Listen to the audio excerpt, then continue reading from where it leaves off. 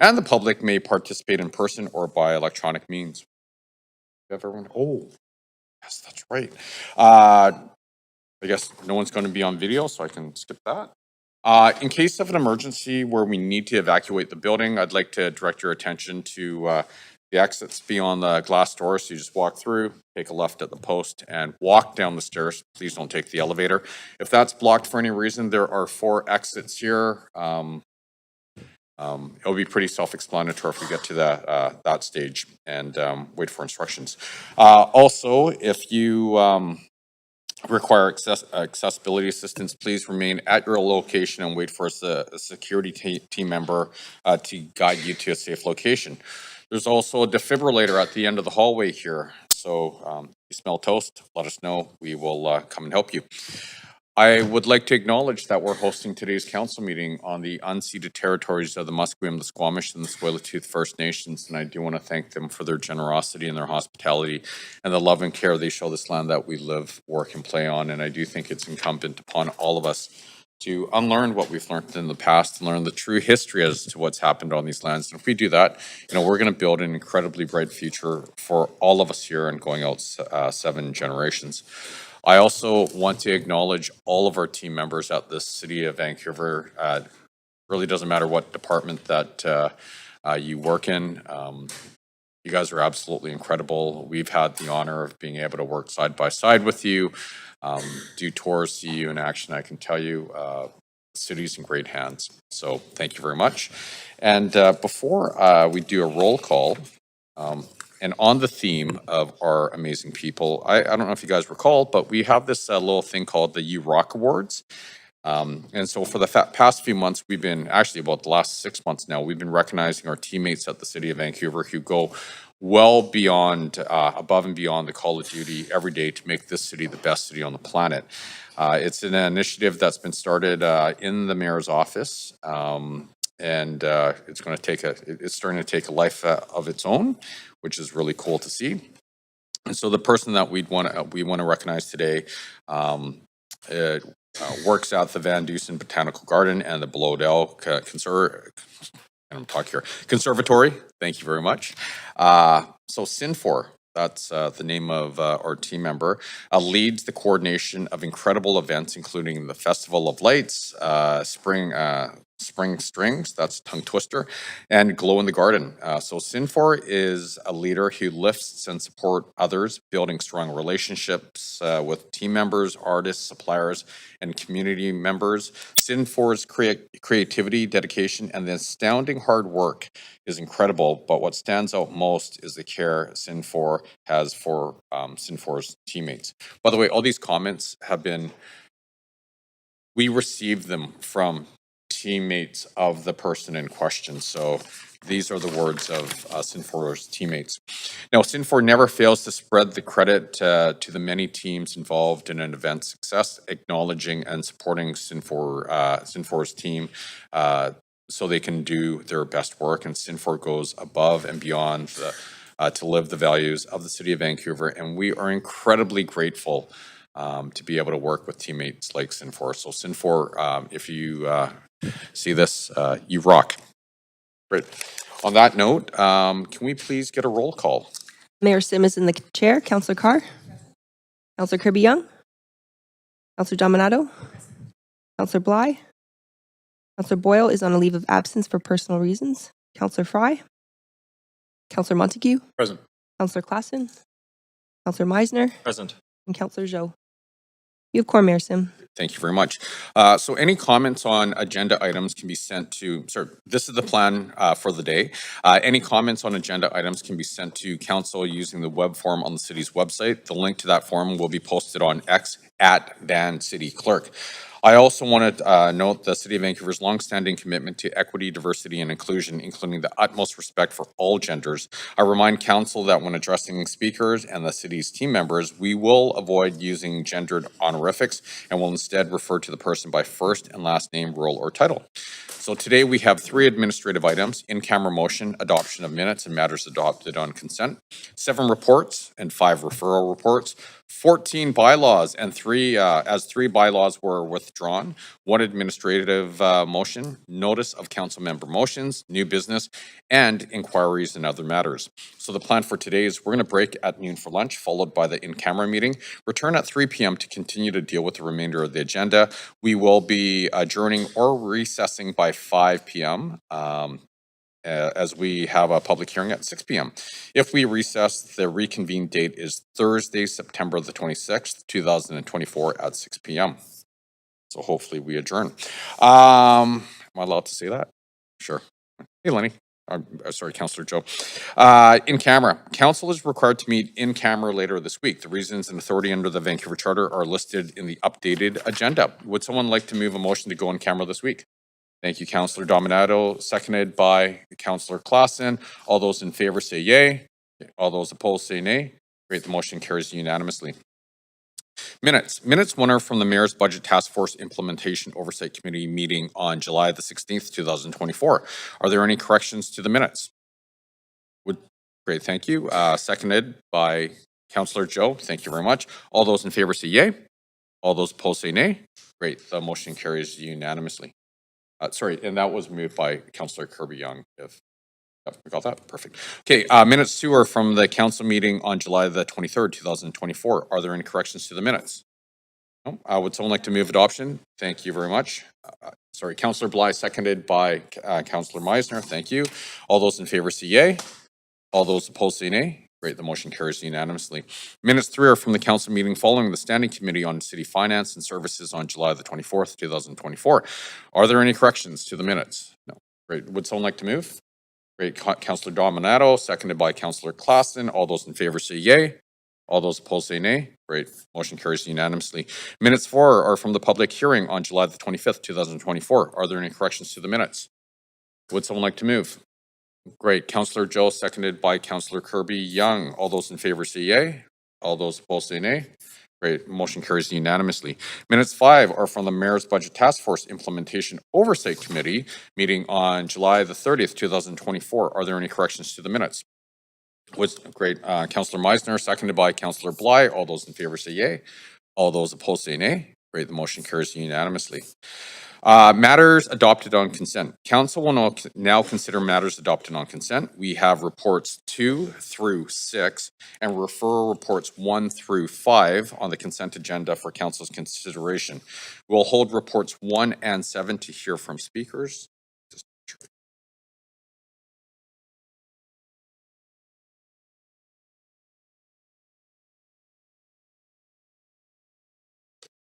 Great. Council may adopt the recommendations for reports 2 through 6 and referral reports 1 through 5 on consent. Does any member want to hold any of the items for debate or questions to team members? Councillor Meisner. Yeah, thanks, Mayor. I'd like to hold report 3, please. For which one? Report 3. Sorry, I'm literally going deaf here. Report 3. 3, thank you. Sorry about that. Okay. Councillor Kirby-Young. Yeah, thanks. I'd like to hold report 6, infrastructure access for district energy pipe network connection. Great. So we will hold report number 6 as well. Okay. Does any member wish to declare a conflict of interest on any of the consent agenda items? Sorry, I got, give me 1 sec. Councillor Kirby-Young, are we done? Okay, awesome. I don't have to see the chair for this, do I? No, great. I'd like to declare a conflict on item number 5, appointment of external auditor for 2025, which would be KPMG. Out of an abundance of caution, personally, I hire, they're our professional advisors. So I'm going to recuse myself from number 5. All right, so we have report. I want to make sure I get this right.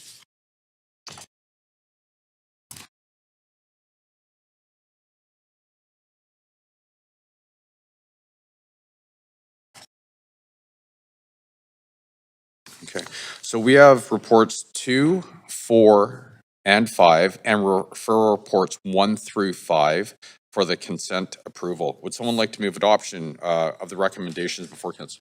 Moved by Councillor Dominato, seconded by Councillor Lai. All those in favor say yay. All those opposed say nay. Great, the motion carries unanimously. So we have the following, the following have been approved on consent. So report number 2, Heritage Revitalization Agreement Modification, 1230 Matthews Avenue. Number 4, 2025 interest rate on property tax arrears. And number 5, appointment of external auditor for 2025. We also have referral report number 1, seniors housing strategy related amendments to bylaws and land use documents.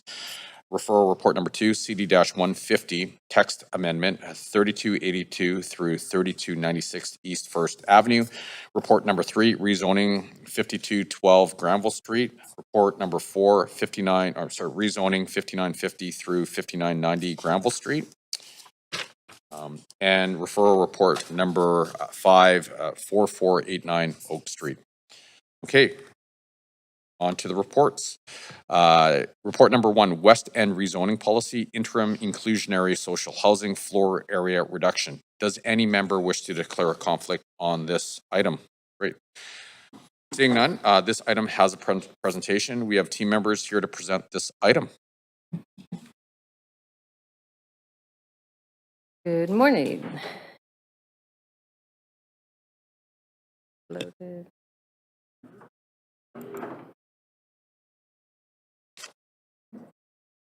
How does this get loaded up?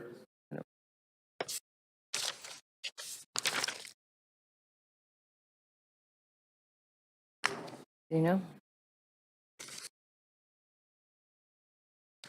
Got mine. Okay.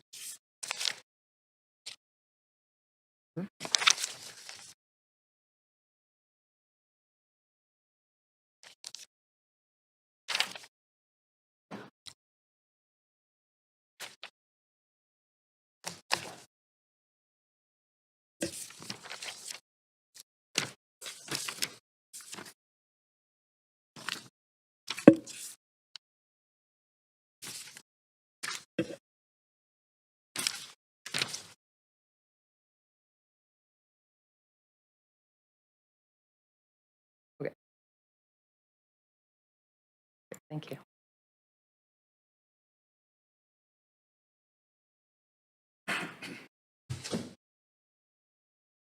Thank you. Good morning, Mayor and Council. I'm Michelle Vernoy, working with Housing Policy and Regulation in PDS.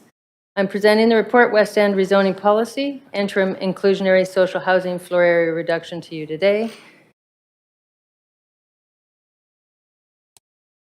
The general overview, I'm going to go through the recommendations, the policy and plan context, the area context, and summarize the reduction in social housing requirement and the cash in lieu option.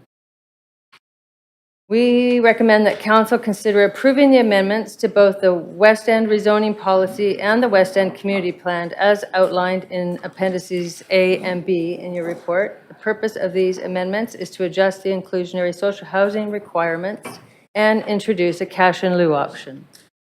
These changes are proposed on an interim basis until the end of 2026 or until a new inclusionary zoning bylaw is adopted.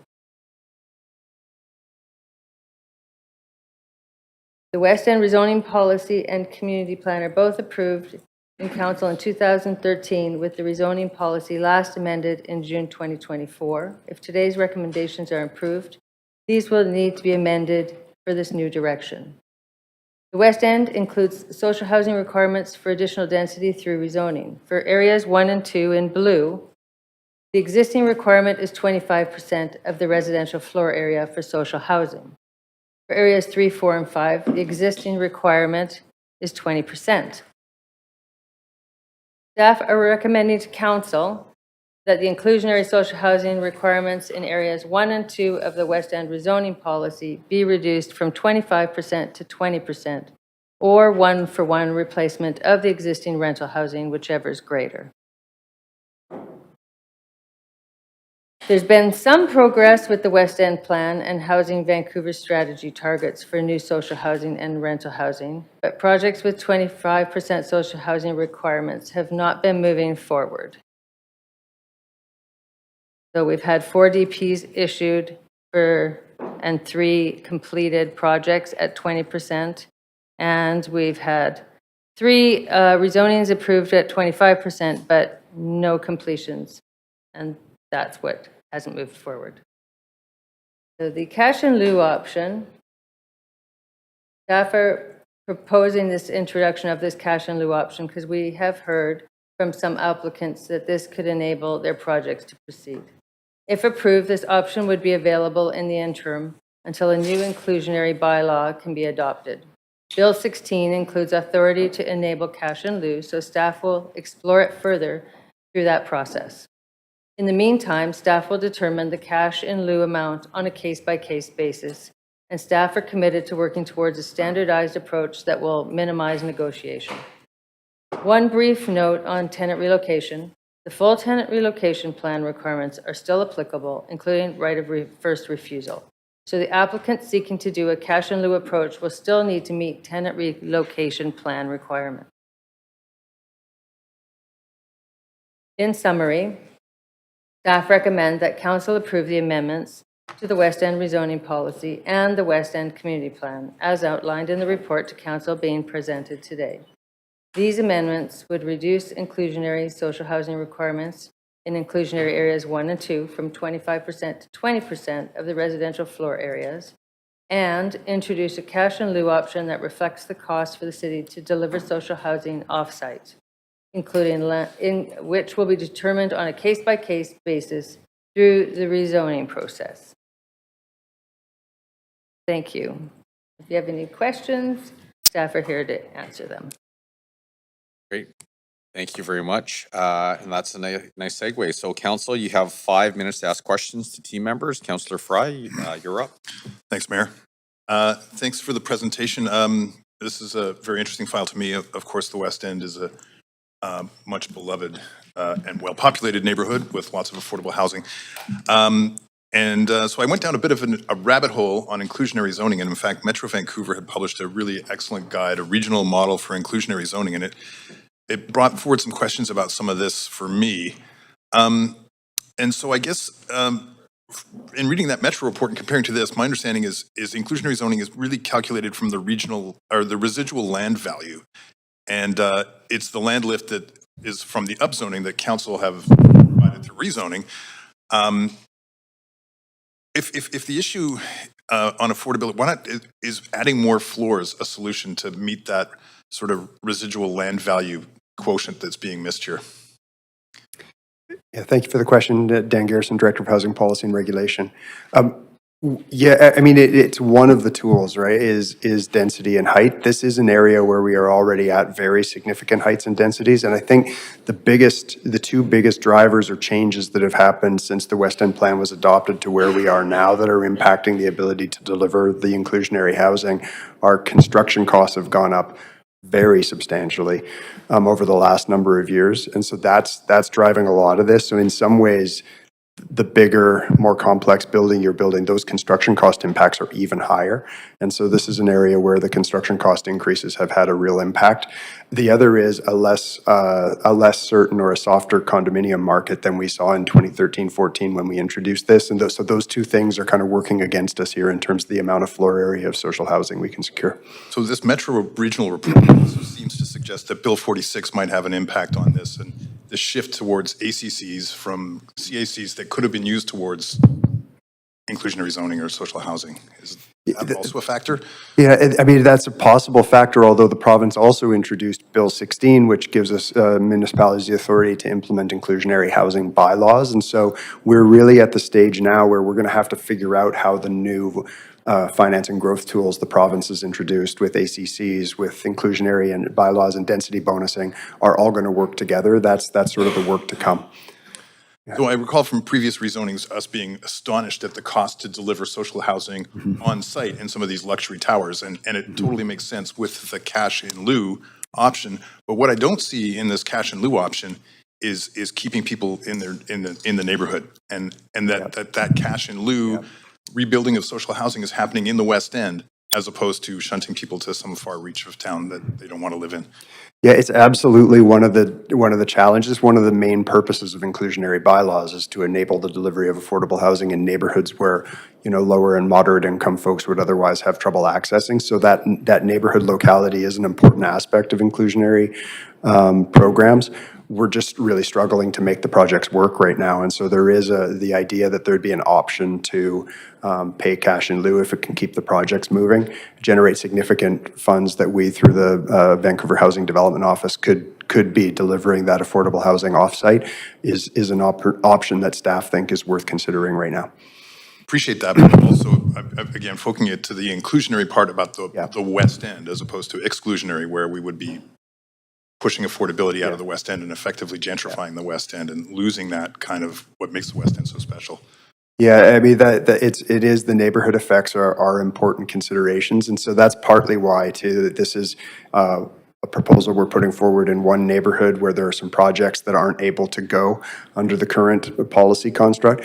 That is a consideration we're going to be looking at as we develop the inclusionary housing bylaw in response to provincial legislation, on-site, off-site, cash in lieu. We have to weigh all of that. But there's no specificity to keeping it in the West End. Is that intentionally missing from this recommendation, or is that something that we can add to ensure that cash in lieu is reinvested into the West End? I think it would be possible to look at it as an option. I think if we might be hesitant to be 100% restricted to the geography of the West End, because land that social housing is very difficult to come by in the West End. There are sites that our Housing Development Office and VAHEF are looking at redeveloping that could accommodate some additional housing in the West End, but I think we would recommend leaving our options open around the geography, even if it's just a little bit outside of that. Yeah. I'm out of time anyway, but thanks, Dan. Thank you very much. Councillor Kirby-Young. Hi, good morning. I've got a few questions, so I'll whip through them. So just to clarify, the choice of whether or not it's inclusionary on-site or cash in lieu is up to the proponent of the project? Is that correct? Yes, that's how we've proposed it, yes. Okay. Second question, what was the rationale for a higher 25% versus 20% in areas 1 and 2 versus 3, 4, and 5 originally? Yeah, originally it was based on the math, essentially, the pro formas that we analyzed at the time when the plan was adopted. There's more height and density available in areas 1 and 2 than there is in areas 3, 4, and 5. Those are pre-zoned areas with, I think it's about up to a maximum of 20 stories. We're seeing towers significantly higher than that in areas 1 and 2 of the Burrard corridor. And so that enabled us to look at trying to achieve additional inclusionary housing. It hasn't worked out, frankly. Yeah. Okay, thanks. My kind of third and main question is really around this notion that the report proposed that this was recommended as an interim measure for 2 years or until adoption of an inclusionary zoning bylaw that would supersede this rezoning policy pursuant to Bill 16, which you referenced, Dan. So I'm wondering if you can give us some perspective around where this sits in sort of the broader process and evolution around aligning Vancouver's policy with a new inclusionary housing bylaw and how that might be different than dealing with something during a rezoning. Yeah, I mean, I think that we see the ability through the development of a new inclusionary bylaw, which we think is a useful tool for a municipality like Vancouver that the province has introduced, to really weigh all of the options available to us.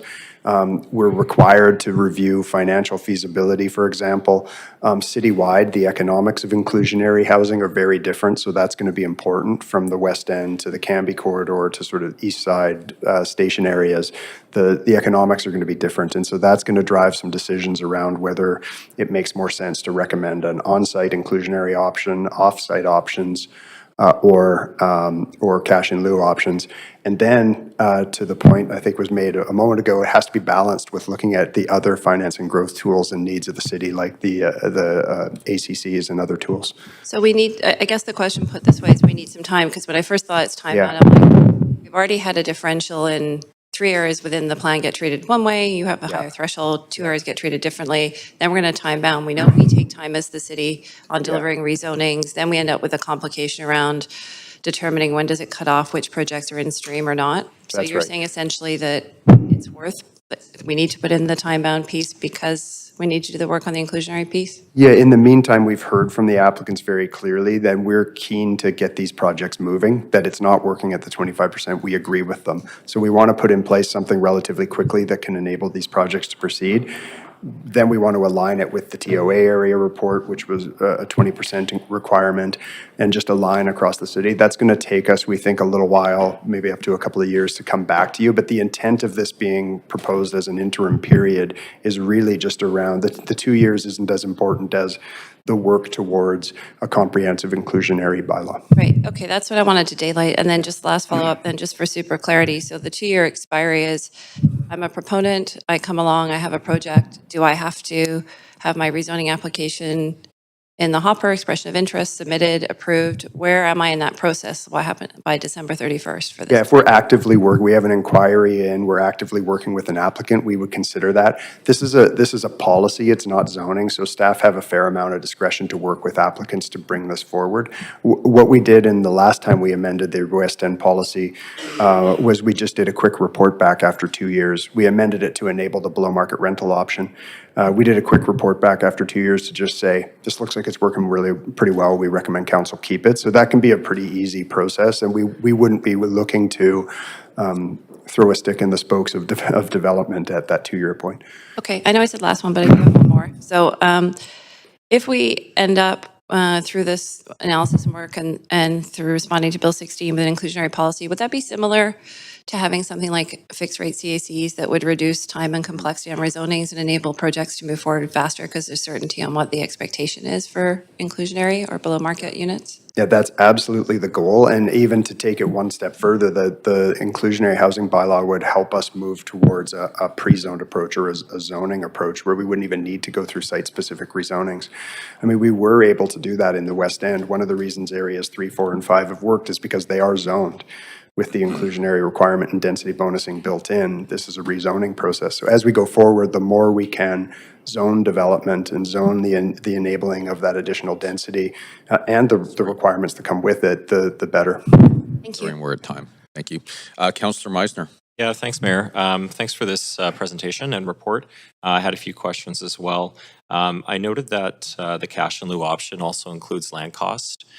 So I was wondering if that would preclude this social housing cash from being contributed to, say, Vancouver Housing Development Office sites. Would that still be a possibility? That's absolutely a possibility. In fact, that's how we expect that this will work. It's just around how that cash in lieu amount is determined. And frankly, we've included the terms land and construction.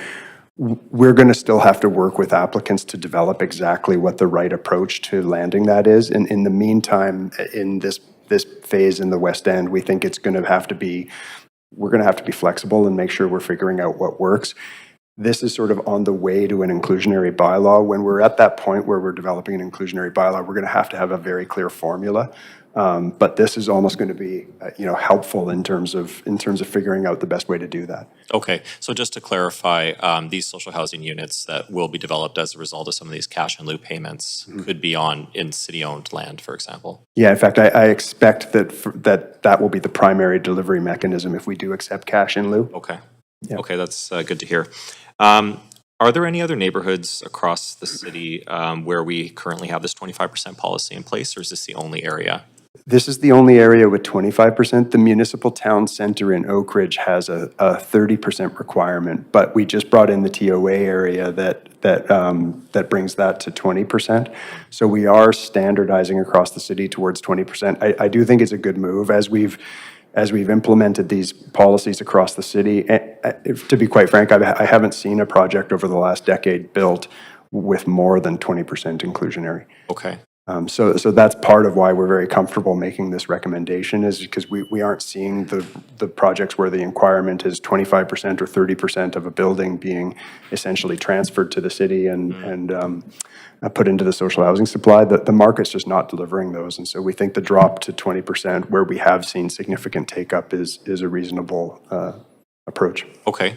Are there any projects in the West End in these two areas that have already broken ground? And if so, how will they be affected by this change if they've already broken ground? There are no projects I'm aware of in this area that have broken ground. We have 3 approved projects, but none of them have started construction yet. And that's part of this, why we're making this recommendation, is those projects, in talking with the applicants, are having a hard time making the numbers work so they can get those projects in the ground. Contrast that to the other areas of the West End where there's a lower inclusionary requirement, where we've seen very significant development take up. So that's part of what's behind the recommendation. Okay. Because there are some projects on Thurlow Yes, that have started excavating. Yeah, there are projects that have, yeah, that's right. Yeah, I'd have to get the details, but none of the projects are at the point where they are fully financed and moving into construction. Okay. So we wouldn't consider like excavation of the site a start of construction? There's a point where we would consider it the start, where they receive a certain type of permit, and that's sort of a standard across what CMHC considers a start. But at this point, I'd have to go back and look at exactly what point that project's at. But I'd love more information Sure. on that. Okay.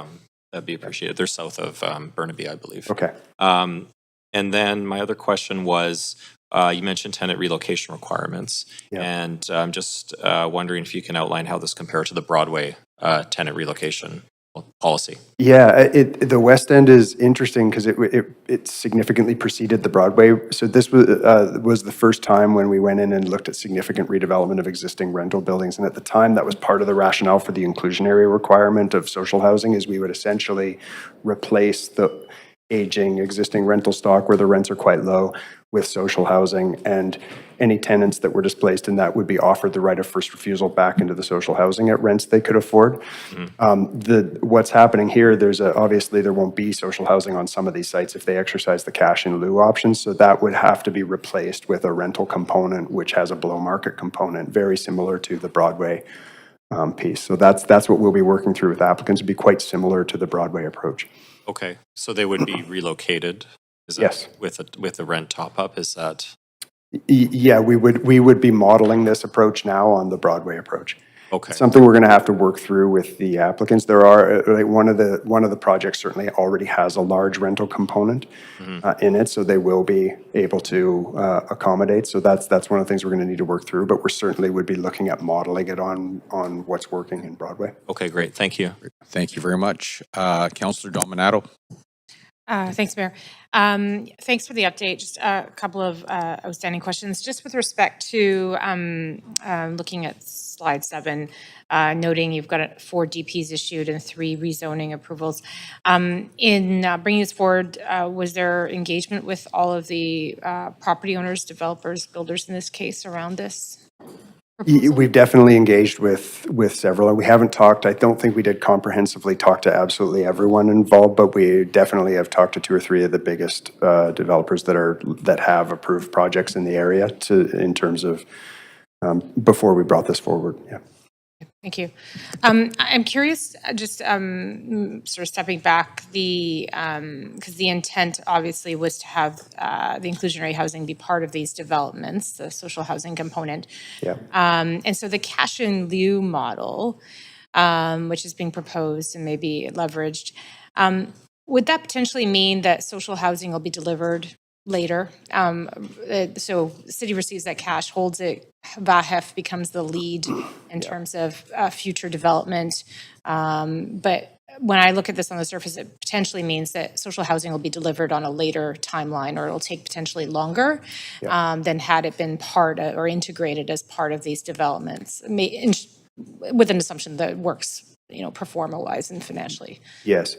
Yeah, I mean, that's potentially true. It transfers, in a sense, the obligation to deliver that social housing from the applicant to the city and our partners to deliver it. So that could result in it taking longer. But that's going to depend on our ability to line up projects, right? If we have land and projects lined up, we have a pipeline of projects ready to go that are just essentially waiting on funding. That's where we're going to have a benefit of having that cash come in and inject into that system. So it could take us a little bit longer. I think that's a fair a fair comment or assessment.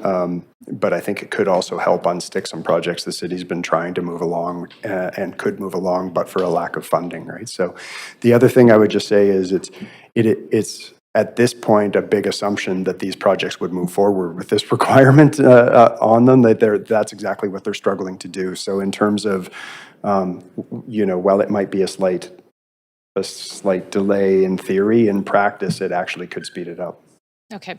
And just circling back to the comment that, potentially, so cash and lieu, so the social housing might end up somewhere else, may not end up in the West End, but somewhere else in the city.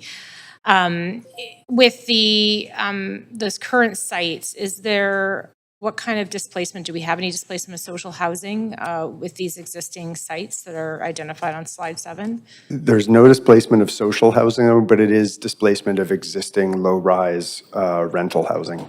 That's generally what's there. You have the 3-story walk-ups that are typical all over the West End. That's typically what's being redeveloped here. Okay, thank you. That's all my questions. Thanks. Thank you very much. Councillor Carr? Yeah, thank you. Thanks. Maybe I'll just take up on that last comment you made, Dan, which is around the 3 to 4-story walk-ups. I mean, my understanding is that typically there are a lot in the West End of long-term tenants, so those rents are very low. Maybe you could comment on that. Yeah. Are we talking about a very affordable supply of housing in those buildings? Yeah, it's absolutely something that's top of mind for us at the West End. We have a significant number of long-term renters in those properties, rents that are, significantly below what you'd pay if you tried to find a new place in the market today.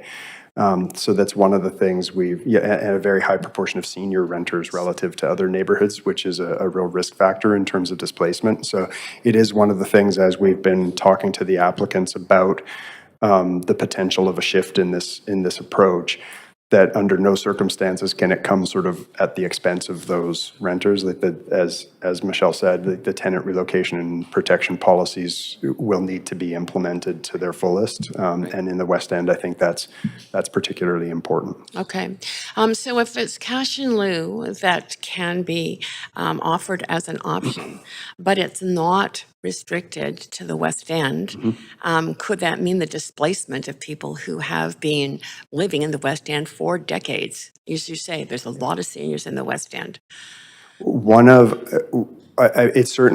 It could mean less sort of new affordable housing being built back into the site. If we are displacing what the renters from that project in a temporary way, what the tenant relocation and protection policies will essentially require is that the applicant build in below market rental housing into the project. Right? If they do not want to do social housing on site and they want to pay cash in lieu, they wouldn't be able to meet the tenant relocation and protection policies unless they're building in rental housing. One of the key projects we're talking about already has a rental component, and so I don't think that's going to be a challenge for them. In other projects, it may influence an applicant's decision whether to build the social housing on site or go cash in lieu if they're going to have to adjust their project to accommodate the tenant relocation requirements. Right. Also, can you just remind Council of the intent of the West End Community Plan? This is a community plan where these requirements are embedded. Is the point of that plan to provide a range of housing within that neighborhood? Yeah, I mean, that certainly was the intent, and particularly in the areas of the West End where we were seeing redevelopment of the existing affordable low-rise rental housing that's there. It is the intent to replace the affordability that would have been lost through development otherwise, and so that is an important factor of the plan. It is an interesting question. It's one of probably the most interesting question in this around cash in lieu versus that on-site delivery, and so it's one of the things that I think we would want to keep a pretty close eye on in terms of the extent to which applicants are interested in taking up the cash in lieu versus building the social housing on site. I mean, we have to remember the cash in lieu in these cases is going to not be an insignificant amount of money. So sort of writing a check for that significant amount of money at the upfront part of a project is no small feat. So in some ways, I think many applicants are still going to choose to build the social housing on site where they can finance the construction and whatnot, as opposed to to writing that check, but it was an option that some of the applicants said they were interested in us introducing, and so we're bringing it forward as a way to try to unstick projects. Yeah. My final question is really around the 60 stories. I mean, that 60-story zoning is at the edges of the West End, right? They're along the Burrard corridor and Yeah. the Georgia corridor. And my understanding at the time was that, building that kind of height would enable, some affordability. You have one piece of land, the land costs are considerable, but you get more density on a project and it's, going to potentially bring down the cost of the housing in the end. Yeah. But from what you said in the your introduction, I'm a little worried when you said that higher towers actually are costing more with the construction costs these days. So is that now no longer the truth that, you build higher, you build more density, and you can afford to build in more affordability? It's certainly something that we have to keep an eye on. Like, there is a point where you get to very tall buildings with very high sort of design and architectural expectations with a cost. And I think council's seen these projects come through public hearing with very high costs. So that is an aspect. And I'm sorry, we're at time. Thank you. Councillor Clausen? Thanks very much, and thank you, Dan, for your responses. The proposed change here from 20 to 25%, is it clear in our report approximately how many units that potentially would impact? I know we have the number of units in the Burrard, So that 5% differential would result in Yeah, I mean, maybe I'll dozens give. of potential units? Yeah, like the projects we're seeing are averaging somewhere like close to 100 non-market housing units per project. So you would go from 100 non-market projects or social housing or units in that building to 80. Okay. Would be the order of potentially- magnitude change. So Okay. it's not insignificant, but the challenge, of course, is building the 100 social housing units just isn't penciling anymore. So. Yes, of course. And the cash in lieu option there, if we get that cash in lieu, will we get the sort of commensurate number of housing units potentially built or more, depending on where they're built? It is probably the biggest upside of the cash in lieu model is that you could theoretically leverage it, right? So, if you got, I'm just making up a number, $500,000 a unit as the full construction cost transferred over to you, you might be able to say, have $200,000 a unit put into equity and turn that one unit at $500,000 into 3 or 4 units. So 100 units worth of social housing built on site, turnkey to the city, could turn into several hundred if you leveraged, financed with senior government financing programs, et cetera.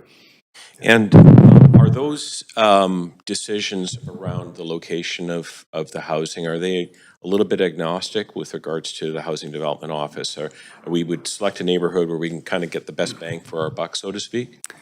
Yeah, I mean, I think that the sort of deployment strategy would still need to be developed by the Housing Development Office, but it would certainly tend to be, I'll call it fairly opportunistic in terms of opportunities to deliver the biggest bang for the buck in terms of affordable housing delivery. Yeah. And perhaps this is a question that is incredibly obvious answer, but what are the biggest challenge that we're facing right now in terms of the factors that go into being able to get more social housing built? Yeah, I mean, the construction costs are at a scale that are almost unbelievable to most of us working in the industry right now. Construction costs are very high. Interest rates are higher than historical average. So when you add all of that up, the other challenge on the inclusionary side is we just don't have the strength in our condo market right now that we had a decade ago when we adopted this plan. So the revenue side is down and the cost side is way up, and that's what's challenging us here. And cost of real estate? Yeah, cost of land is a huge barrier. Like, so even taking taking the cash in lieu, cost of land is a massive challenge. Yeah. And the cost of land in the West End, for example, is? Oh yeah, locationally even more so. They really in the West End, land, there might be some opportunities for some small strategic acquisitions to say make an existing city-owned site a little bit bigger, but going out and buying a piece of land for development in the West End is a very challenging proposition, yeah. Okay, great, thank you. Thank you very much. Councillor Joe? Yeah, thanks, Mayor. So very similar to a question to Councillor Clausen. So if the off-site social housing options is only limited within the West End, have we done any economic testing to see how does that affect the viability of the development project? Would that make the project more not viable anymore? I mean, it's a good question. If they were to build it off-site, but have it be restricted in the West End. So we aren't proposing restricting the cash in lieu option to the West End. If they were going to build it on a different site, we have had some proposals where that happens, where maybe one applicant owns two pieces of land.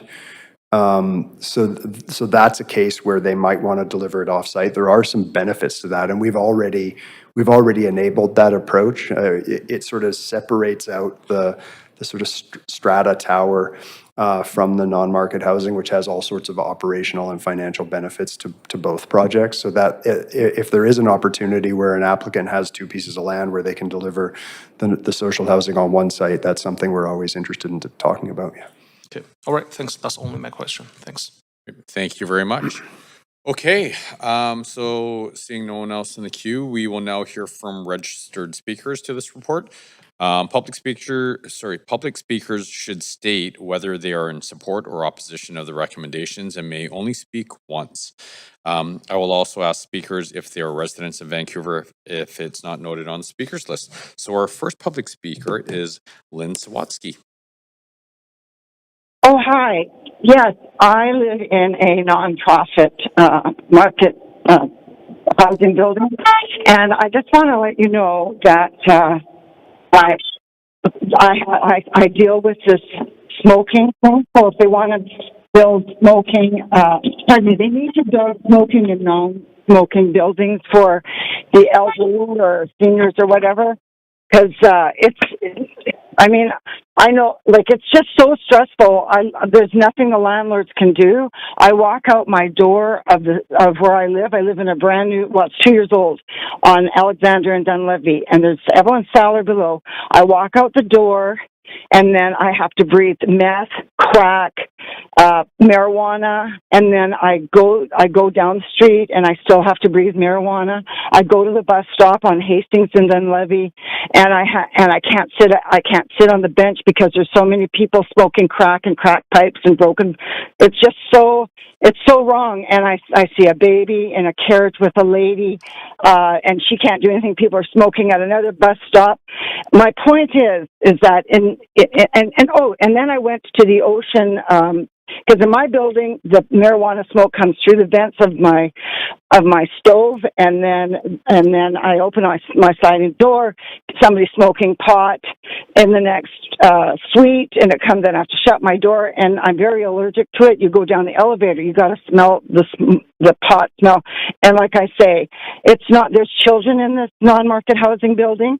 Anyways, I was saying when I went to the ocean high rise for non-market housing, like it's lower income, because I was literally applying to move out of my new building because I'm so tired of having to breathe all the meth and crack and pot smoke in my suite.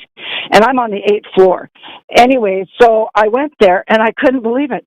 There's 3 chairs where elderly people are sitting, smoking in the front entrance driveway into this residential building for lower income. I go inside and it stinks of cigarette smoke. So that's where I'm coming from. I'm just proposing that they because the landlords and our residential tenancy branch, there's nothing they can do. People will say, in their application, I don't smoke pot. And then if they do smoke, they go outside and they litter their butts, and their smoke goes into the windows of the people living on the second floor with kids and babies. And anyways, secondhand smoke alone is a plastic carcinogen. And there's other non-smokers in the building, and we're just really so frustrated. We go to the building manager. The manager can't do anything to these people because they say they have to catch them smoking the pot. So I propose that when the construction of these upcoming buildings takes place, there has to be non-smoking buildings and smoking buildings, because it just doesn't work. Sorry, Ms. Sawatsky, you're out of time. Okay, thank you. I just hope something gets done. Great. Thank you very much. Thank you very much for your time and your comments. The next speaker we have is Kyle Wright. Kyle. Thanks. Good morning, Mayor and City Council members. My name is Kyle Wright. I'm the Senior Director of Development with Bosa Properties. I want to applaud staff for this initiative. I think it's a step in the right direction. I think reviewing existing policy to ensure it's economically viable and actionable is exactly the good work that needs to be done in a housing crisis. So kudos to everyone involved here. And I'm reminded of the West End Plan update in 2020 that enabled 100% purpose-built rental applications, which enabled our Harwood and Thurlow projects to move forward. And that policy change allowed to start construction last fall. So that's going to deliver 550 rental homes to the West End, which is just shows kind of what can be done together when policy changes are made that work. And in the spirit of helping facilitate viability and stalled projects advancing, one policy initiative that's not indicated in this report that I'd like to suggest for consideration is moving away from the 5,500 square foot residential floor plate maximum. To give an example of the impact of that policy, I'm working on the redevelopment of the Lisdell Hotel at 1300 Robson, which is a C6 zone property, doesn't require rezoning, and we're working with staff who've been excellent on a development permit application. And so the Weston plan allows for larger commercial floor plates. So in the case of our hotel, we have a larger, I think around 7,600 square foot commercial floor plate. And then the tower terraces in and reduces in size mid-building to the 5,500 square foot residential maximum. And so the impact of that is the residential floor plate portion is 81% efficient, when if it could follow a similar size to that of the hotel, could be closer to 85 or 86% efficient. And in addition to making projects, they're making a project more economically viable, that would also allow for just more homes being built. And so again, to use the Robson project as an example, if there was more discretion and flexibility on that floor plate size, we could deliver over 20 additional rental homes in our project, as well as the project would be more structurally efficient. So less transfers, less embodied carbon in the building. So in closing, just want to humbly request that when we talk about policy initiatives to help projects get move forward, this is another one that I think would absolutely help the West End and help stalled projects advance, as well as deliver more homes overall and more sustainable buildings. So I'll leave it there. Happy to meet separately and give more insight into how this would work and the public benefit of a change like this, should council or staff desire it. Thank you for your time. Great, thank you very much. Okay, so that's the end of our speakers list. I'd like to thank everyone for speaking to council. Okay, would someone like to move a motion? Great, Councillor Kirby-Young, seconded by Councillor Joe. Council, is there any discussion? Councillor Fry. Yeah, thanks, Mayor. I've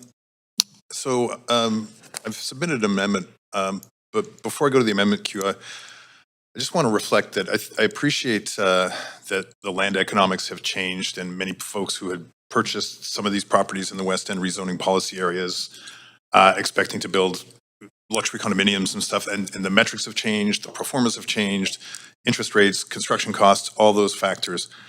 But I do also want to just reflect that, you know, the West End, when I first ran for city council in 2014, it was right on the heels of the West End community plan.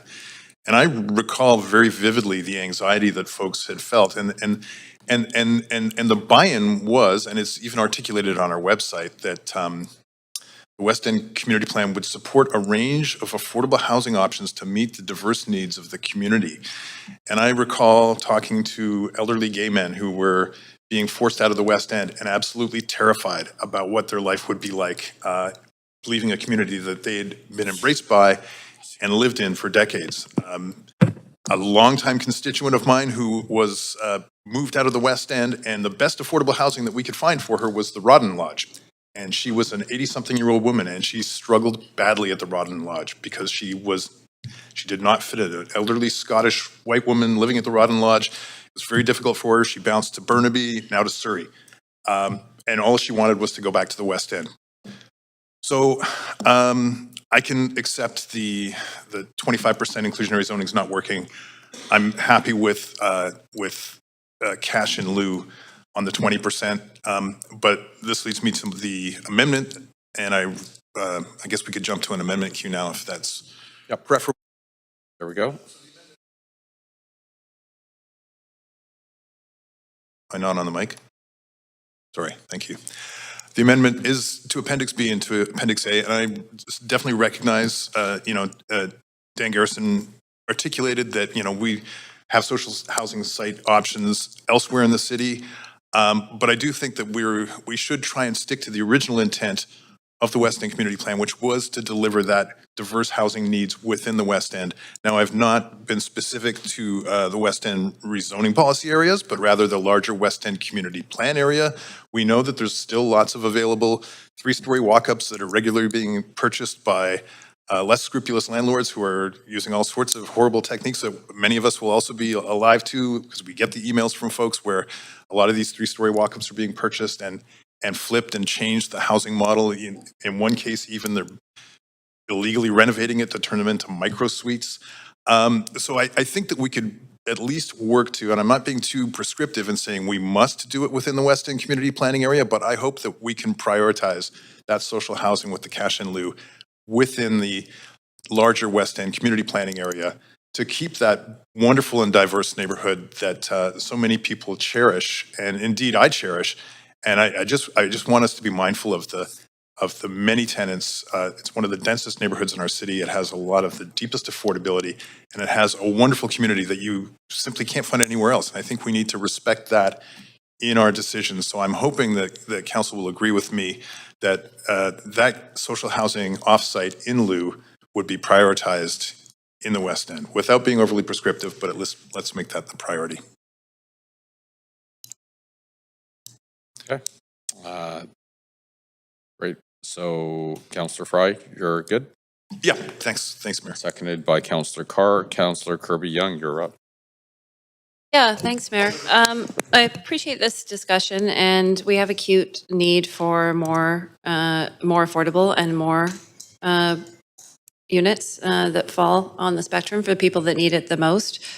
I think that we are at a policy point where we are looking to evaluate options and strike the balance between maximizing the delivery of that social housing. In listening to Councillor Fry and speaking about prioritizing it on-site, it strikes me that that's sort of equivalent potentially to just voting against a cash in lieu option. I think that there was a good discussion and some responses from staff that spoke about some of the constraining factors for prioritizing offsite in the West End, and we heard things like availability of land.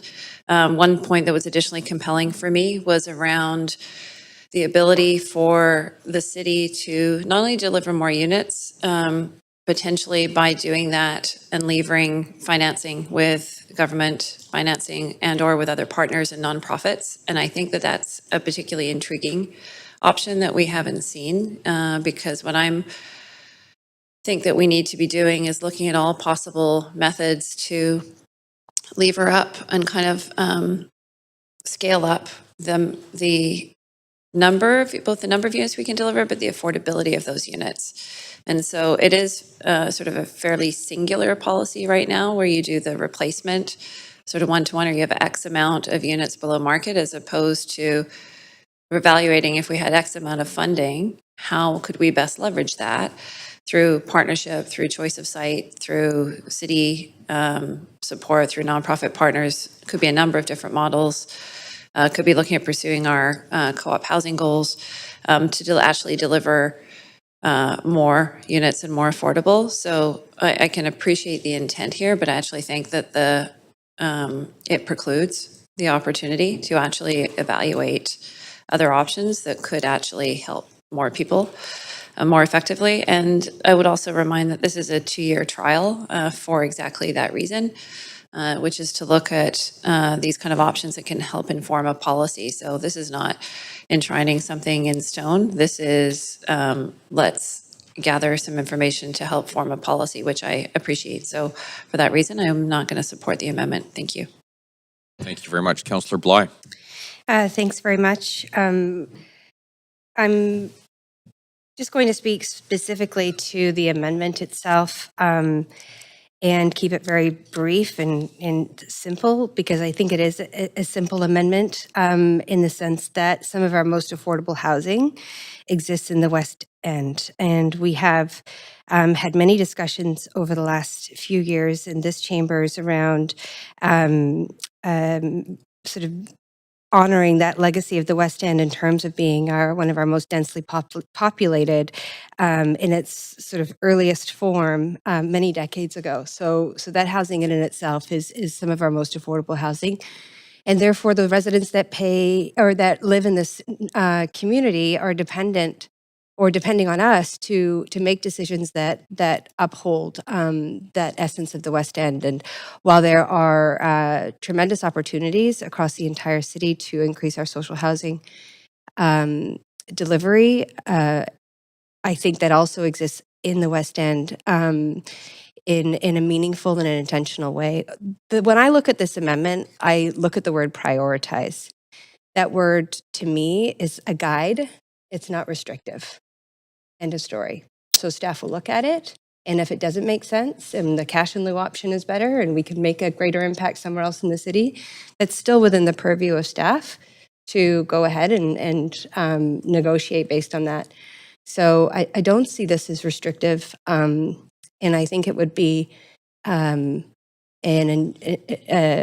sort of injustice to those that pay and live in affordable units in the West End to not add this language, actually, to show intent, recognizing that a lot happens on these projects, a lot of negotiations happen on these projects, and they pencil out or they don't, and staff are committed to delivering new housing across the city, including social housing, and that is still upheld despite this amendment. So I'll be voting to support. Thank you very much. Councillor Montague. Thanks, Mayor. I'm wondering if I could ask a question of staff through you. I believe that's okay. I'm wondering if staff, if Dan, if you could just reiterate what you said in response to why you don't recommend restricting the cash in lieu specifically to the West End. Yes, through the mayor. Councillor, I think the real challenge with restricting the cash in lieu to the West End is just the difficulty and limited availability of land and opportunities to build affordable housing in the West End. Land acquisition in the West End is extremely challenging. So there may be some opportunities with redevelopment of existing city-owned properties, but that would be limited. And you mentioned that potentially you could build more social housing in other parts of the city with the cash in lieu, and maybe not very far out from the West End, but in other parts of the city you could potentially double the amount of social housing built. Yes, with a cash in lieu that would cover the full construction cost of a property in the West End, you could elsewhere leverage through provincial and or federal financing to deliver significantly more. Okay. And how long have you and your team been working on this, specifically this policy change, and just in general on dealing with those in the industry who are trying to build housing? Right. Well, I mean, this has come together relatively quickly because we've been working with the groups in the industry very closely around trying to deliver affordability. So this report's come together over the last 6 months, say, or a few months. But the work with the industry to try to make these projects work has been ongoing It's Really, years since in the making. adoption of the West End Plan in 2013 or 14, yeah. Okay, thank you. Thanks, I appreciate that. I'm not sure why Councillor Fry wants to tinker with a policy change like this. This is a policy change that will build more housing, including social housing, and his rationale seems to be based on, not based on facts, but his own perception, and his own speculation, not the facts from our experts here at the city and the experts in the industry. So after the responses that I heard from staff today and reading the report, I'm not going to support the amendment either. I think the policy change as it's written will provide us with that additional housing. And I think tinkering with it, even in a minor way, potentially puts that at risk. So I won't be supporting. Thank you. Great. Thank you very much. Councillor Carr? Yes, I will be supporting this amendment. As you know, I seconded it. And, really one could say that this set of changes brought forward by staff are tinkering with the West End plan. None of you were at this table when the West End plan was being developed. I was. I attended meetings that went on for many hours and many days and months and years. And this is a community plan. Think about that. This is a community plan. It is not a citywide plan. It is a community plan we're talking about. And people who spent a good chunk of their lives to look at how they could incorporate more density, which was one of the goals of the city, into their neighborhood. And they chose to do that at the edges to keep us, I will be very, I use the words they use, the leafy green interior of the West End, but add a lot of density, 60 stories at that time on the two edges. And in this particular corridor that we're talking about for rental housing, the Burrard Thurlow corridor was intended to be rental housing. It would be replacing a lot of very low-cost rental housing, as both Councillor Bly and Fry have said, houses people who have lived there for decades. Many of them are seniors. So think about this as a neighborhood, not just where we can land housing in a easier way, but a neighborhood that we want to be able to retain the kind of housing so people who have lived there all their lives can continue to live there as development does happen. Just leave it at that. This amendment is not tinkering. Overall, this is a tinkering with the plan as envisioned. I understand some of the reasons for that. But let's make sure we don't lose the baby with the bathwater. Make sure we don't lose the intent of the community plan, and ensure that there still is housing that's affordable built into in this area, the plan. Thank you very much. Councillor Meisner? Yeah, thanks, Mayor. If I may, I'd like to ask a question of staff. Sure. Okay, thanks. I just wanted to confirm, is cash in lieu an option in Broadway plan currently? I don't believe it is, but I just want to get confirmation. Yeah, that's correct. It is not. We don't have a clearly articulated cash in lieu option in any other inclusionary zone. Okay, thank you for that. So I'm going to support the amendment. I believe that it's fair.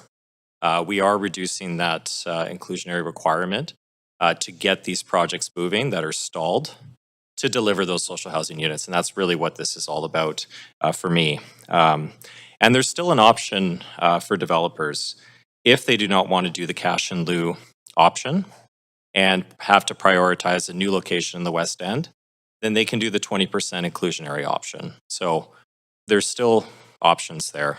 As has been mentioned, and I think everybody knows, the West End is a very unique neighborhood. It has a high proportion of renters, a high proportion of seniors that have lived there for decades in very affordable units. And also, it's the center of the 2S LGBTQ community in Vancouver. And many people in that community really feel comfortable in the West End and probably can't imagine being in a far-flung part of the city where they may not feel comfortable. And I can very much relate to that. So as mentioned by Councillor Fry, his amendment is not overly prescriptive. It is to prioritize a new location in the West End, which I agree with. And also, as this is not an option in Broadway Plan, where we're seeing lots of redevelopment, I don't think it's fair to ask people in the West End who are already going to be dealing with having to move while the construction is underway from their long-term rental home to also potentially have the worry and concern of having to move to another part of the city layered on top of that. So I will be supporting the amendment, and it also ensures that the West End will continue to have a mix of residents, renters, owners, affordability, and tenures. I don't think anybody here wants to see the West End become a luxury rental district. I certainly don't. So that's why I'll be supporting the amendment today. Thank you very much. Councillor Dominato. Thanks, Mayor. Through you to staff, I have just a couple of quick questions. Just with respect to the conversation we're having around this amendment, could you clarify if in future, if there, so I'll back it up. Dan, you mentioned that, there's limited amount of land and opportunity to potentially invest into the social housing, but if there was other developments down the road, so not related to the ones that were identified in the report today, where there's an opportunity to partner or collaborate with another builder in the future, would that be a possibility to deliver social housing if it was part of maybe a broader development?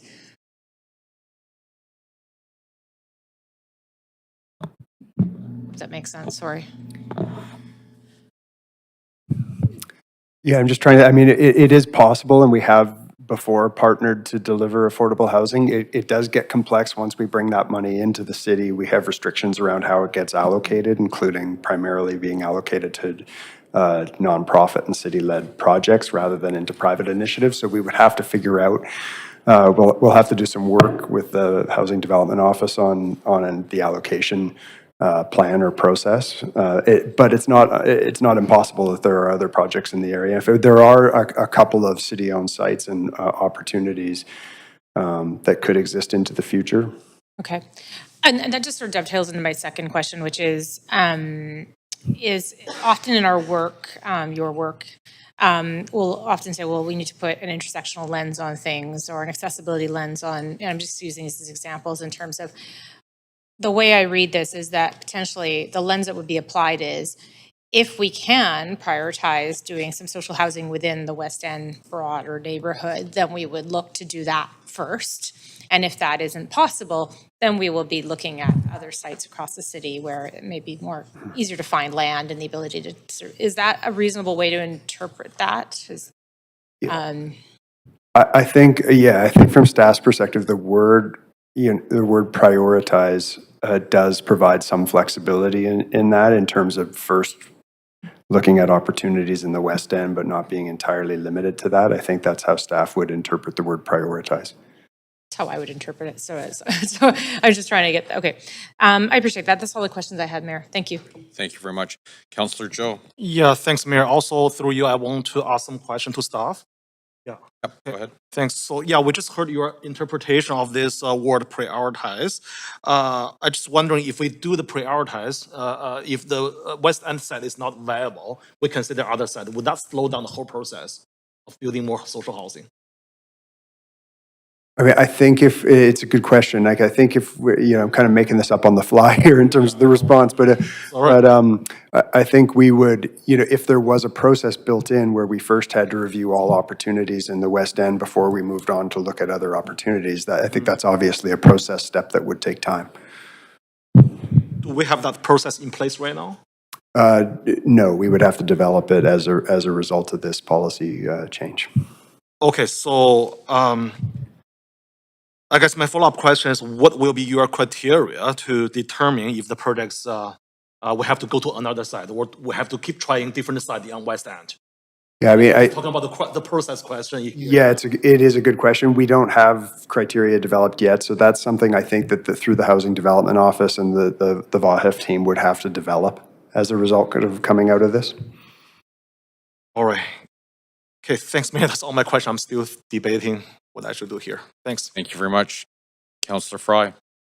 Thanks, Mayor. Jumping back on, I was going to try and explain for Councillor Montague why I felt the need to tinker, but I think Councillor Meisner did a pretty good job of articulating some of the concerns I have around just our commitment to the West End and the people who live in the West End and some community considerations. And I appreciate also the clarification that we heard from staff that the language I use, prioritization, is not restrictive. Also reflecting the fact that I was very careful to frame it as the entire West End community planning area, not the high-density luxury condo blocks that are being contemplated in this report, but rather the larger West End. And I guess I just had a couple of questions, if I may, Mayor, through you to staff. There was a mention of like provincial, federal funding for new housing and the implication that it may not be available in the larger West End. And I just want to be clear that we could certainly find those funding opportunities. And indeed, we have new social housing policies that could add more density, specifically faster for social housing. Obviously, we could partner up with other agencies to do so. It would just be a matter of land acquisition or what have you.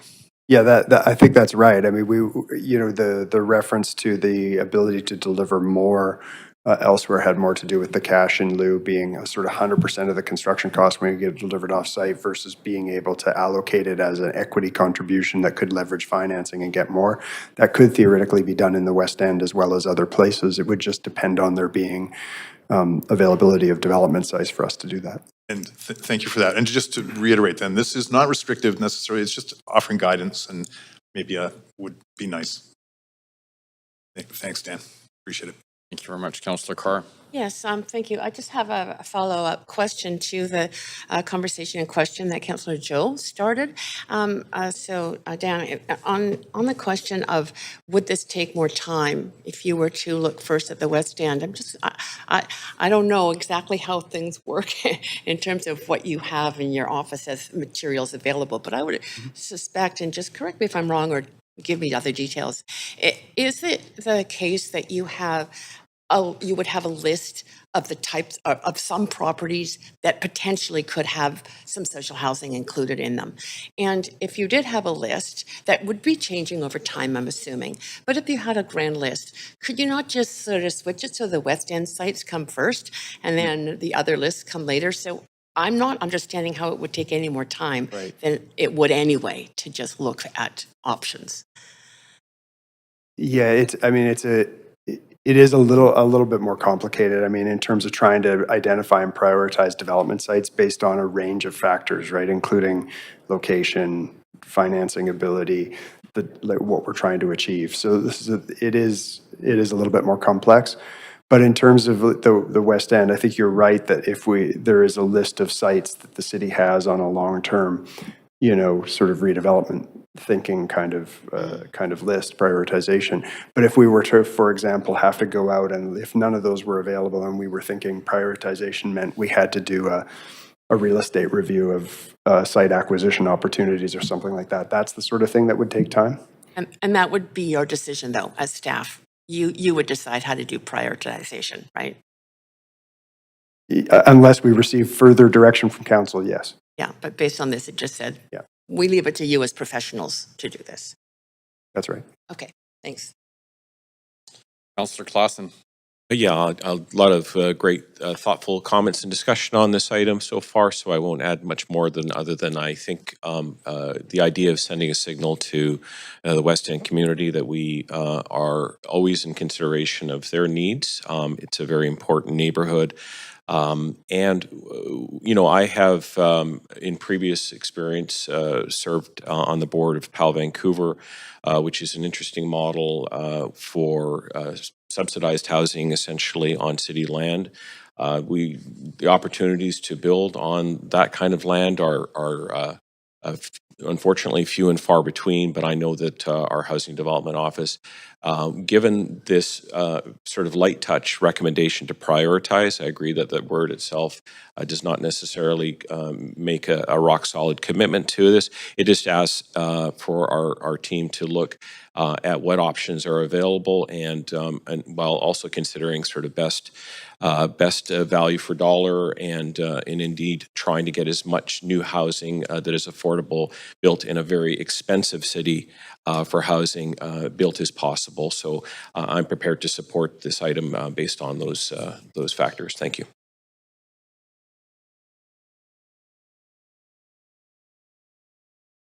Sorry. I'm in charge of this here. Do you have to see the chair to make a comment? No. Can I please see the chair to, and who am I seating the chair to? I forget.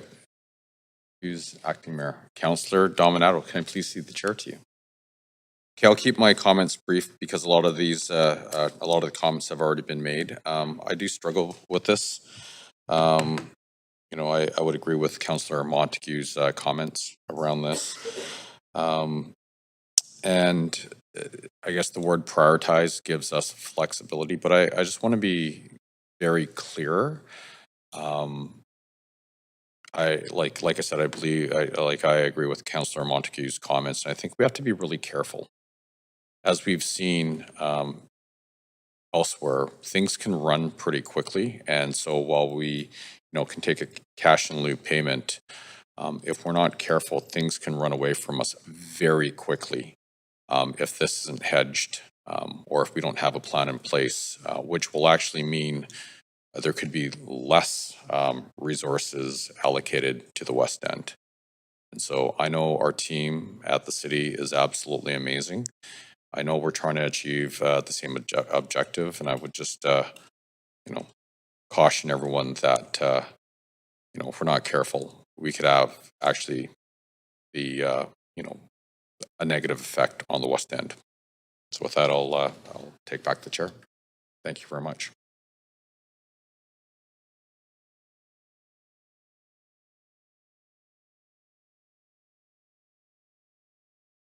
Oh, sorry, that's me. We're back. We were on vacation for a while. I'm sorry. Actually, I'm going to throw myself under the bus. No one else here. That was all of me. Okay. So I'm now going to call a vote. Can you please take us to the voting screen?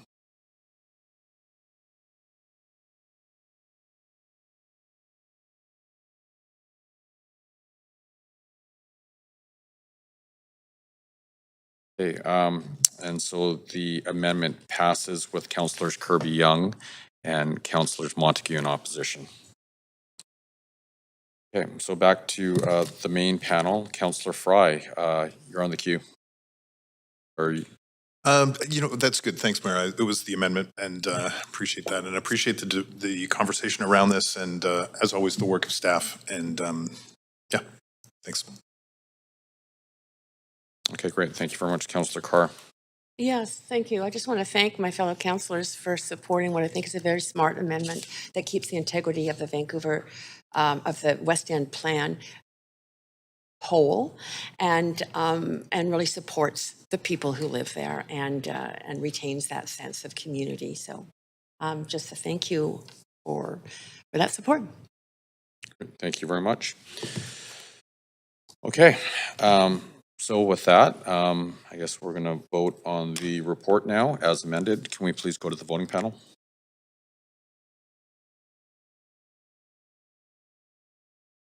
Great. And the report as amended passes unanimously. Thank you very much. Okay. The next report is report number 3. By the way, thank you very much for all the hard work that you put on this file. Okay, report number 3, quarterly capital budget amendments, adjustments and closeouts. Does any member wish to declare a conflict on this item? No? And with that, this item does not have a presentation, and Councillor Meisner, you held this item. You have 5 minutes to ask questions to team members. Thanks very much, Mayor. I did read this closely and had a few questions that came up throughout my review of it. I noted there was, under new funding, mention of EV charging and a mention of piloting pole-mounted chargers. I'm just wondering if we have any information on our timing on that pilot, and if we have made a decision on a partner for that initiative.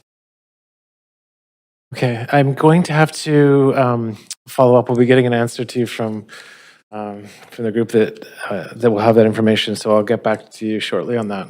Okay, that'd be great.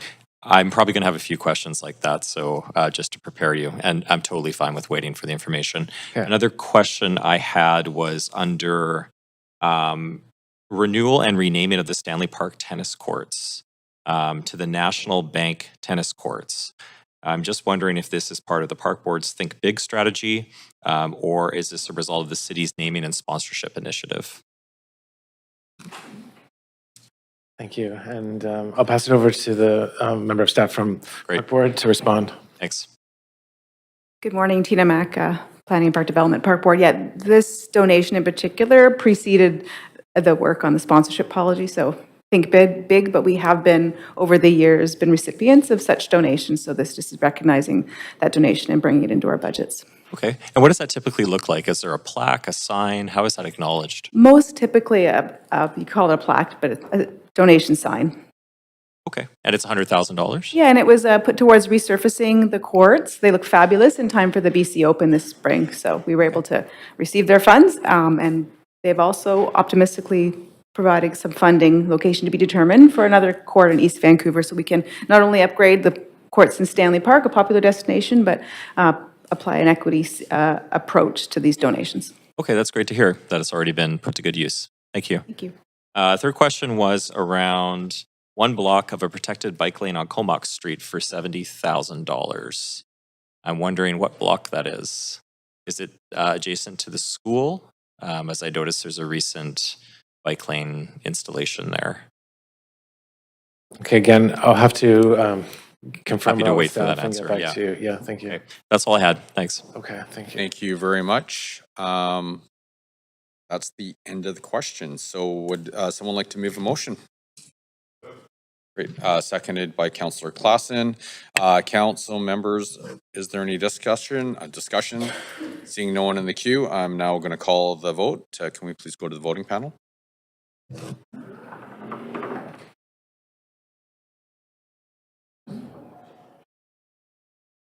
Great. And that motion passes unanimously. Okay. So that's report number 3. The next report we have, I believe, is number 6. Here we go.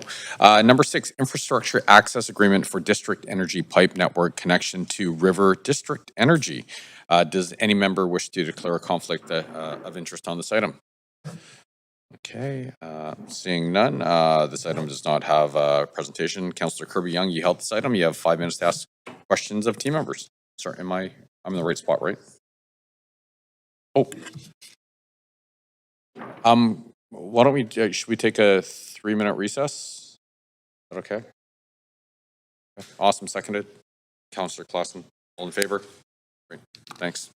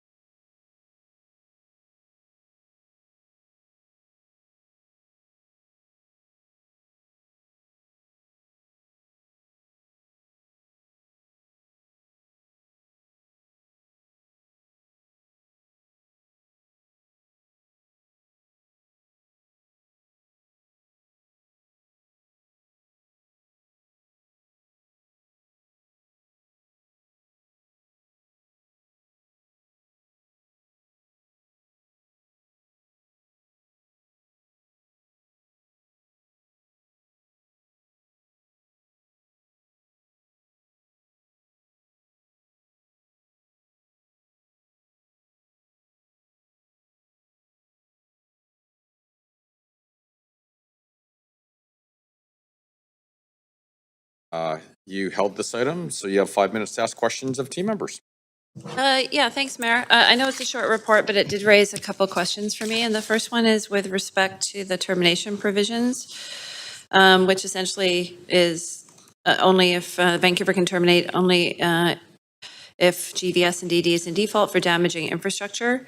But there is no ability to terminate other than that, it looks like, and we have this agreement in perpetuity. And why is that? Yes, thank you for the question. Mark Schwartz, Director of Water and Utilities Management. So that's a typical provision that we have within other municipal access agreements that we have with other third-party utilities, as well as our street utility bylaw. And so the termination could come from if Metro Vancouver or the asset owner is no longer using it, or if the asset itself is no longer in use or needs to be relocated. We just want to give certainty to third-party utilities that their infrastructure is in place for the long term and that termination agreements are respectful of kind of the needs for their business. So we're getting married and we can't get divorced. It's not just for the long term, it's in perpetuity, right? Just to be clear. Yes, yeah. Okay, and that is a common practice, you were saying? It's a common practice. We need to give surety to the third-party utilities in our street right away that they have long-term access to the street to provide their business, and the termination provisions are unique for each one of the third-party utilities. Okay, so unless Metro changes its facilities or approach, then this is where we're going. Okay, thanks. Second question is really around, the report indicates we've got 10% of the pipe network in Vancouver and that the access fee is 3% will be distributed to the city of Vancouver based on the percentage of the overall pipe network. Can you just walk me through those numbers, 10% of the pipe, but 3% of the access fee? I'll give you an overview. If you have further questions, Paul Henderson from Metro Vancouver could answer specifically. So the overall network is about 6 kilometers in Burnaby and Vancouver. Vancouver has about 10% of that length. And so we would get 10% of the 3% access fee that Metro Vancouver would charge their customers. Okay, so when it says, just to be clear then, when it says a portion of a 3% access fee, we will get 10% of that, and that's about the $5,000 per year? Correct. Okay, so there's not much money in access fees? Not a lot of money with respect to access fees to our roads. Okay, those are my questions. Thank you. Great, thanks. Thank you very much. Happy to move the recommendation. Great. Moved by Councillor Kirby-Young, seconded by Councillor Bly. So is there any discussion? Seeing no one in the queue, I'm going to put it now to a vote. Can we please go to the voting panel?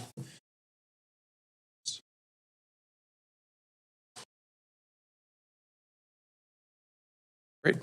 And the motion passes, the report passes unanimously. Thank you very much. The next report we have is report number 7, Boundary Road Maintenance Agreement. Does any member want to declare a conflict of interest on this item? Seeing none, this item does not have a presentation. Council, are there any questions from team members? All right.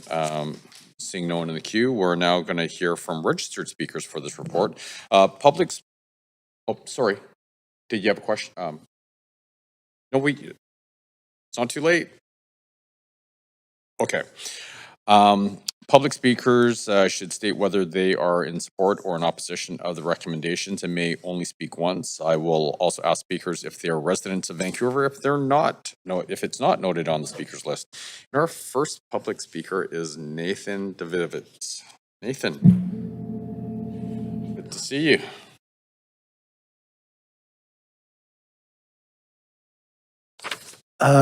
Thank you, Mayor and Council.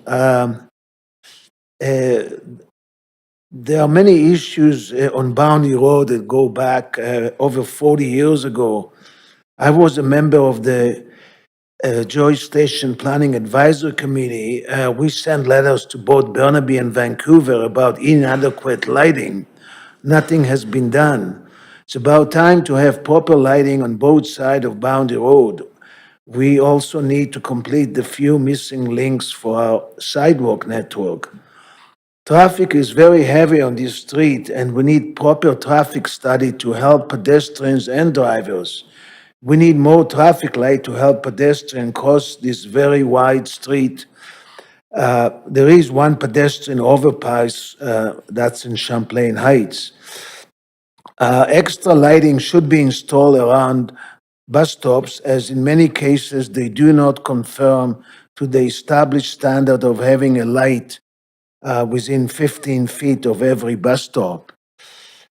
We need to plan for a new SkyTrain station that was promised in the 1980s around Boundary and Kingsway. TELUS might contribute some of the $70 million needed to build this much-needed station. Until this station is built, Vancouver should urge TELUS to provide a golf cart service to and from Joyce Station. Also, back in the 80s, Burnaby approved a new bridge at the south end of Boundary Road to connect to Richmond in the 1985 Burnaby Transportation Plan, and nobody's talking about that. That would definitely relieve the pressure over the Knight Street and Oak Street bridges if we have another bridge at Boundary Road. So thank you very much for hearing me. Thank you very much. Okay, that's the end of our speakers list. Thank you, Nathan, for coming in and speaking. And so would someone like to move a motion? Okay, so Councillor Dominato, seconded by Councillor Claassen. Council members, is there any discussion? Councillor Dominato, floor is yours. Thanks, Mayor, and thanks for that. I'm just actually recirculating. I sent council an amendment this morning. Great. And can we just go to the amendment queue, please? Great, thank you. Great. And it's just simply to integrate, so the amendment I circulated was to direct staff to report back on considerations and options for improving lighting along Boundary Road, as well as at bus stops, as was noted by our speaker, but also noting the mention of pedestrian crossings. And so I've just circulated an updated amendment that the clerks will. Second. Great. Councillor Bly? Great. And I do see that that is noted as part of some of the obligations as part of this agreement with Burnaby is around road maintenance, around lighting and other infrastructure. So, but would certainly welcome, based on the input from residents, to have that feedback come back to council. Great. Thank you very much. Seeing no one else in the queue, and that's already been moved and seconded, I'm now going to call a vote on the amendment.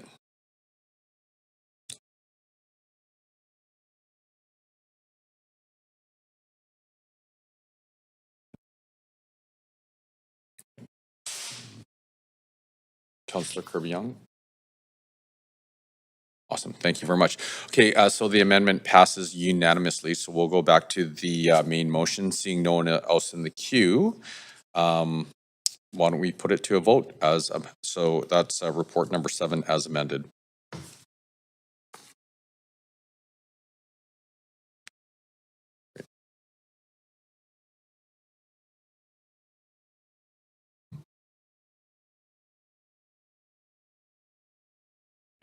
Councillor, great, awesome, great, thank you. And that the report as amended passes unanimously. Thank you very much. Okay, so we're gonna get right into bylaws. We have 14 bylaws on the agenda. Thank you very much. We have 14 bylaws on the agenda for enactment, noting bylaws 7, 8, and 9 have been withdrawn at the request of our team members. Council members who were not present for the meetings related to public hearing enactment bylaws must confirm that they've reviewed the proceedings of the meetings if they want to vote on the enactment. So bylaw 3 was from the public hearing on November the 14th, 2023. Councillors Bly, Dominato, Kirby-Young, Claassen, and Meisner were absent for this item at the public hearing. Councillor Bly, have you reviewed the proceedings and will you be voting on the enactment? Great, thank you. Councillor Dominato? Great. Councillor Kirby-Young? And Councillor Claassen? And Councillor Meisner? Have and I will. Thank you very much. Bylaw number 4 was from the public hearing on March the 12th, 2024. Councillors Bly, Boyle, Dominato, Fry, and myself were absent for this item at the public hearing. Councillor Bly, have you reviewed the proceedings and will you be voting on the enactment? Great. Councillor Dominato? Councillor Fry? Great. And myself, I have not and I will not. Bylaw number 5 was from the public hearing on May the 7th, 2024. Councillors Klassen, Meisner, and myself were absent for this item at the public hearing. Councillor Klassen, have you reviewed the proceedings and will you be voting on the enactment? Great, thank you. Councillor Klassen, Meisner? I have and I will. Thank you. And myself, I have not and I will not. Bylaw number 6 was from the public hearing on March the 9th, 2023.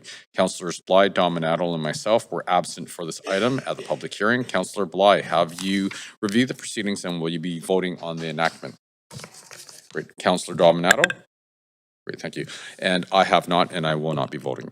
Would someone like to move the motion to adopt bylaws 1 through 6 and 10 through 17?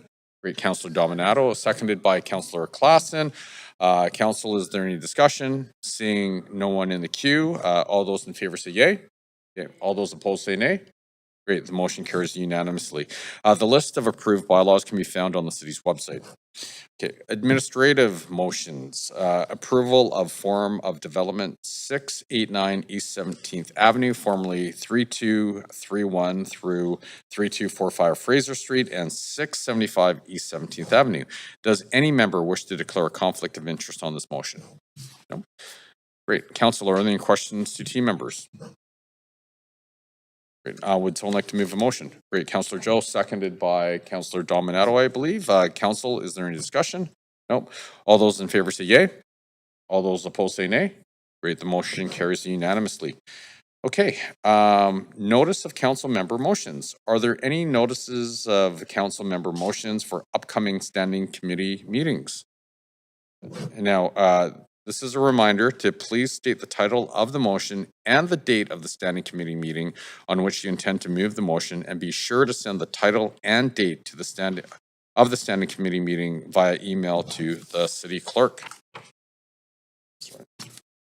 Great. And so, Councillor Kirby-Yung, you are up. Yeah, thanks, Mayor. I have one notice of motion for the October 9th Standing Committee. It is entitled Potential to Update the Vancouver Building Bylaw to Enable Single Egress Stairs in Low-Rise and Mid-Rise Buildings to align with the provincial changes to the BC Building Code and deliver better quality housing options. Thank you very much. Councillor Montague. Thanks, Mayor. It's calling notice of motion for also October 9th Standing Committee. It's co-submitted by myself and Councillor Zhao. And the title is Fee Waiver Grant to Support the Victory Square Banner Program. Thank you very much. And clerk, I just want to make sure we get this right. Do I have to see the chair on this if I'm, no, great, thank you. So I would like to provide notice of motion for the standing committee meeting on October the 9th for a motion titled Reviewing Council's Committees and Structure to Enhance Decision-Making Processes. There we go. Anyone else? We're all sure? Okay. We're going to move on then. So new business. We have one item of new business on the agenda today, and it's requests for leaves of absence as follows. Now, I think we're putting it up on the screen, aren't we? This motion has been circulated to council at the beginning of the meeting and is available on the screen. Here we go. Okay, if you guys can take a really good look at that to make sure it's all accurate. Would someone like to move a motion? Great. Councillor Kirby-Yung, seconded by Councillor Klassen. Everyone saw it on the screen and you got it on your emails. We're all good? Great. Council, is there any discussion? Seeing none, all those in favor say yay. Okay. All those opposed say nay. Great. The motion carries unanimously. So Council, are there any other new, items of new business? Councillor Bly. Thanks very much. I understand that there are that our new process is that we need to submit our LOA request before 9 a.m. of the council meeting day. It has been a last-minute request for me to attend meetings that would have me require an LOA for the next weeks or the next round of city council and standing committee meetings. So I'm asking for an exception to that rule to entertain an LOA request so that it can be brought forward and approved on this agenda.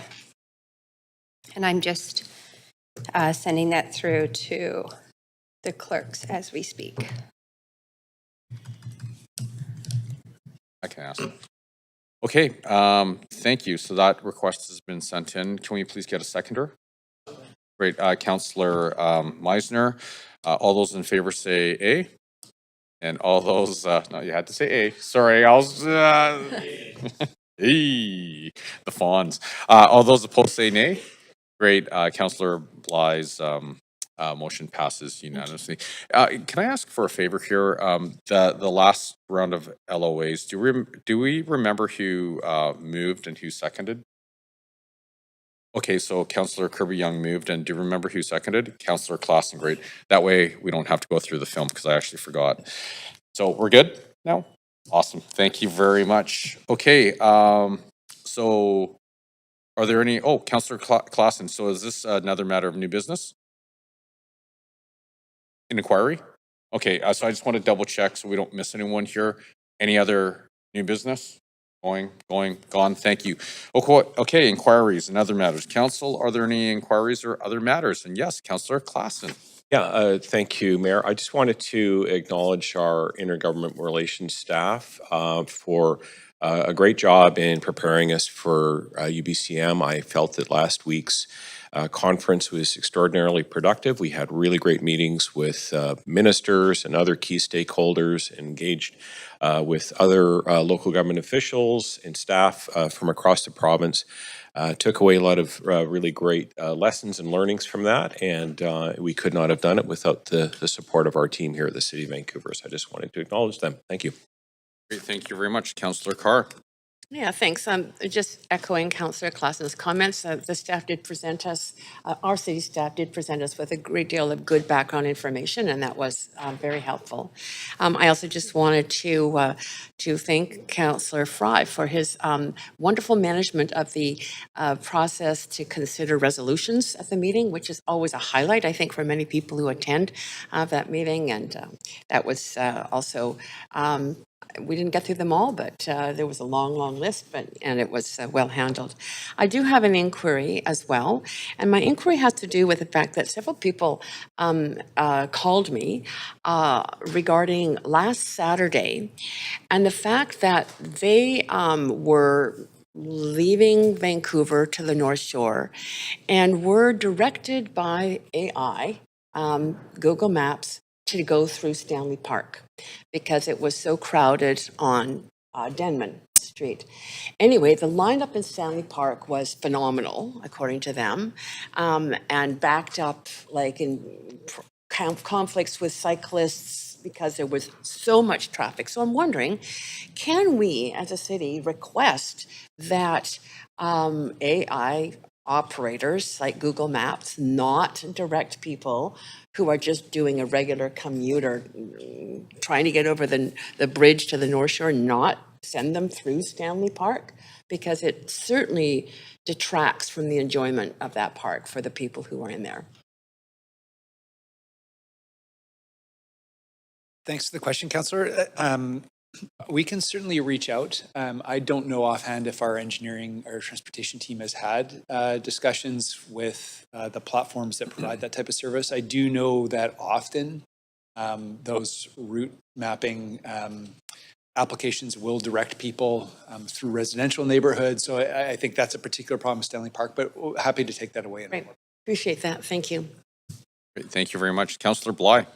Thanks very much, Mayor. I have an inquiry to the city manager for a report back related to the increased population of coyotes that we're seeing across the city. I'm hearing from concerned parents. We're seeing coyotes walking on school grounds, walking on public transit, sort of main corridors in broad daylight, 11 a.m., 1 p.m.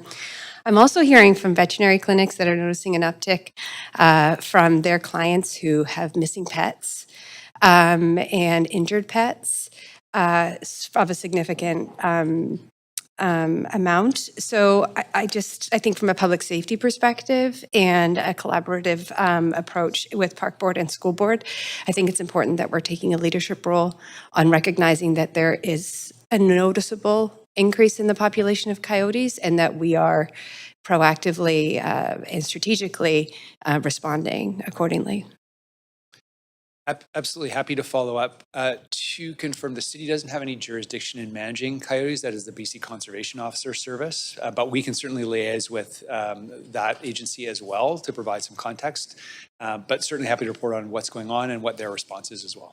Yes, I'll just, and I appreciate that. And just one more comment in response is that as the government of proximity, nobody really cares about jurisdiction if there are coyotes on their children's school grounds. So not to challenge you directly, City Manager, but just to offer that to the BC Conservation Service is that we need a response and we need a proactive plan to be dealing with this. Understood. Yep, thanks. Thank you very much. Councillor Dominato. Thank you, Mayor. Yeah, I just two reflections. I know we have one more meeting tomorrow, but just noting that Monday is National Truth and Reconciliation Day. So just acknowledging that significant day ahead of us and just in the interest of our work as a city of reconciliation. Secondly, and following on my colleague Councillor Clausen's comments around UBC, I'm echoing the thanks to our staff, who I think did an exceptional job in preparing this, but also noting I had the opportunity to attend a clinic that was put on by UBCM one of the mornings around responsible conduct framework, a discussion paper. It was really informative. Municipalities are at varying levels of having codes of conduct, what they have done is prepared an extensive paper around looking at the different models that are undertaken in other jurisdictions around codes of conduct, whether and how to address issues that might arise, including considerations for ethics or integrity commissioners, but just noting that they are seeking input on that discussion paper because it will inform potentially future-looking work from the provincial government. And obviously, I recognize we're in a provincial election. We don't know the outcome of that yet, but they are soliciting input by November 1st, 2024. So it may be something that we wish to entertain is providing a formal input to that discussion paper. So I just wanted to put that on Council's radar. Thank you. Thank you very much. Councillor Fry. Yeah, thanks, Mayor. Just a few reflections on last week's UBCM, and thank you to the Mayor for providing an opening address to the group, and also the amazing work of our IG team, as others have articulated. And I also want to just acknowledge Councillor Dominato, who spoke very eloquently in defense of the PFAS motion, which passed unanimously at resolutions. It was very well received, and I just want to commend Councillor Dominato for really doing an outstanding job. I do have one inquiry of the city manager, and I've sent it through the email channels, but just to highlight that there's a growing interest in the future of Prior Street relative to the commitments that we made at council in 2019 around downgrading of Prior. I understand some of the parameters have changed with the hospital precinct and some of the construction that is going on, and just to highlight that is an emerging interest in Strathcona, Grandview Woodland area. Thanks, Councillor. So yes, we have received your request and we will report back to you and council on that. Thanks very much. Great, thank you very much. Okay. Seeing no one else in the queue, may we have a motion to adjourn? Councillor Bly, sorry, I'm like, seconded by Councillor Dominato. Awesome. All those in favor say yay. Okay. All those opposed say nay. Great. This meeting is adjourned. Thank you, everyone.